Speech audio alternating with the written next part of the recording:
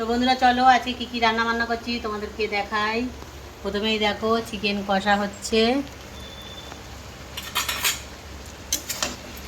Chicken কষার মধ্যে দেব আলু, পেঁপে আর গাজর যে ভেজে নিয়েছি। চিকেনটা এখন কষা হচ্ছে। আর এদিকে আছে দেখো, আজ তো রবিবার, যদি চচ্চড়ি না হলে ঠিকঠাক হয় না খাওয়া দাওয়া, তাই করছি দেখো কুমড়ো, পুঁই শাক, আলু দিয়ে চিংড়ি মাছ দিয়ে চচ্চড়ি। আর হবে ভাত। এই যে চাল ধুয়ে রেডি করে রেখে দিয়েছি, তরকারি দুটো হয়ে গেলেই আবার ভাত বসিয়ে দেবো। তো চলো দুপুরে রান্নাবান্না আমার হয়ে গেছে, তোমাদেরকে একবার দেখিয়ে দিই। এই যে দেখো গরম গরম সাদা ভাত, আর আছে এই যে পুঁই শাক, কুমড়ো, চিংড়ি মাছ দিয়ে চচ্চড়ি, আর এইখানটা আছে চিকেন,